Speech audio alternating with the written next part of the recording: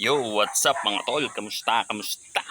So yun mga tol, ka-second day ng ating mga bisirong kambing mga tol. So ito ngayon sila. Papakita ko nga sa inyo mga tol. Update! So yan mga tol, dumidedi sila mga tol. Oh. Ito. Kaso nga lang mga tol, parang kukunti yung gatas nung ating kambing.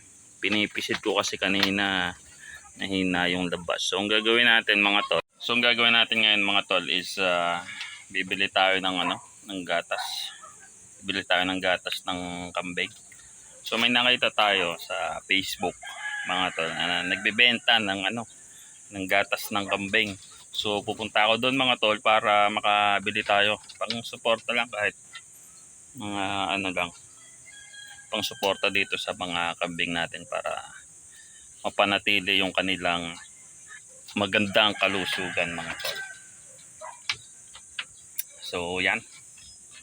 Sige na mga tol, bibis muna at bibili tayo. Samahan nyo ako ah. So andito na nga tayo ngayon mga tol sa bilihan ng gatas ng kambing mga tol. At yun nga pala dinat na natin si ma'am na nagpapadede ng kanyang mga kambing.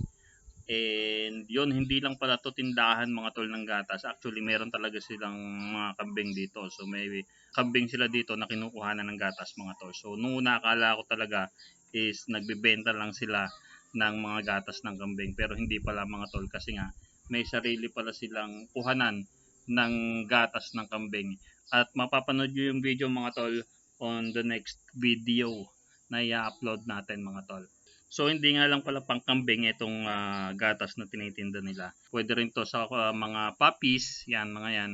At syempre mga tol, pwede to sa mga tao. So napaka-safe nito, napaka-healthy. And syempre mga tol, may kasabihan nga na ang goat's milk daw mga tol is closest to mother's milk. Kaya nga naman itong sinumam, ito ang patunay na talaga namang napakasarap ng gatas ng kambing. Oh, ayan po. Malamig po galing freezer yan. Mas gusto ko pang super lamig kasi mas masarap siyang inumin at pumamuhaw ka. Titikman po natin, pahigitan natin sa inyo. Kaya Mike, sabay tayo.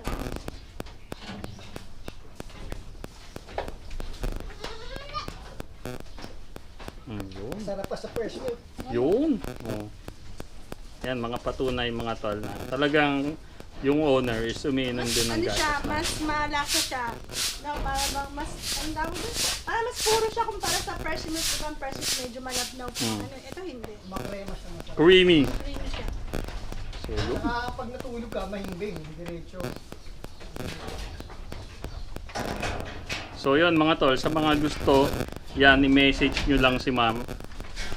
Maganda rin yan ma'am sa yung sa may lactose, yata? Opo, yung sa mga diabetic po, yung sa mga insulin lactose ba yun? Pwede po to kasi yung bilang ko po nung nakaraan, kaya ginagano kasi ako magawa nga po. Pwede po sa diabetic. Tapos pag hirap kang mag-digest sa pagkain, pwede rin po siya. Pwede rin. Madami talaga siyang health. Madami siyang Health benefit. Madami siya. Kasi ito ay healthy. Yo. Kaya kung love mo ang health mo, why not i-try itong milk namin? Message na. Message. Yo. Okay. So yun mga tol. Yan. Makabili na nga tayo nitong gatas ng kambing. So eto mga tol is 1.5 liters na purong gatas ng kambing na nabili natin. So binili natin to. Actually hindi ko to binili. Pwes mo naman!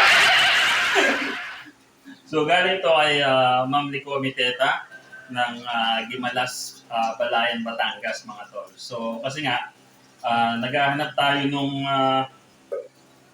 gatas ng kambing para sa mga bagong anak nating kambing. Kaso wala akong makita dito sa Kalatagan.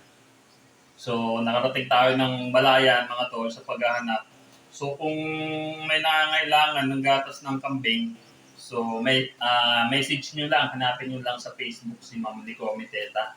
So ito yung gatas ng kambing na galing sa kanila mga tol. So ang gagawin natin dito kasi sabi ni Ma'am Ma'am Bernadette, pag hindi mo daw gagamitin, mas maganda ay freezer. So ang gagawin ko mga tol, ilalagay ko sa freezer. Pag ihiwa-hiwalayin ko para hindi yung kada kuha, ah, yung para hindi kada kuha sa ref, yung buo. So ihihiwa-hiwalay ko. So meron ako dito lalagyan ng tubig, 350 ml to mga tol. Pero siguro hindi ko naman siya pupunuin. Tapos, itong plastic ng yelo. So ilalagay ko dito para yun nga, hindi siya lahat natutog or natutunaw. Kasi hindi naman ito mauubos agad ng alaga natin mga tol. Kasi ang dami nito. Hindi pa naman sila sanay sa bote. So, lalagay ko sa plastic ng yelo, lalagay ko sa freezer mga tol. So itong gagawin natin. Let's go!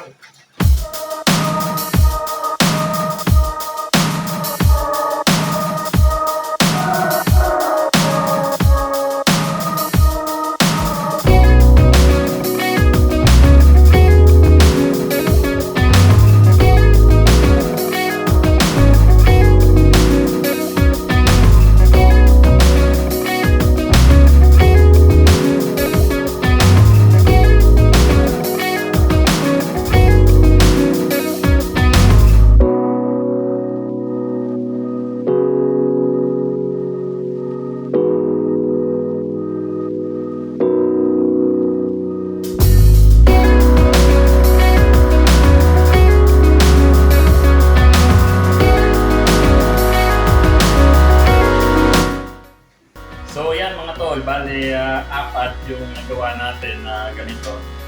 Parang gagawin natin yan, tapos gagawin natin ito sa freezer para tumagal yung buhay nila mga tol. So yun, kung gusto nyo bumili mga tol ng gatas ng kambing, message nyo lang si Ma'am sa Facebook, Lecome Teta. Yan. So location nila, Balayan, Batangas mga tol. Dimalas, Balayan, Batangas.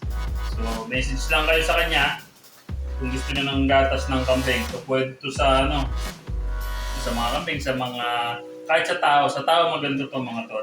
Kasi napaka-healthy ng gatas ng kambing. So sabi nga nila, it's closest to mother's milk mga tol.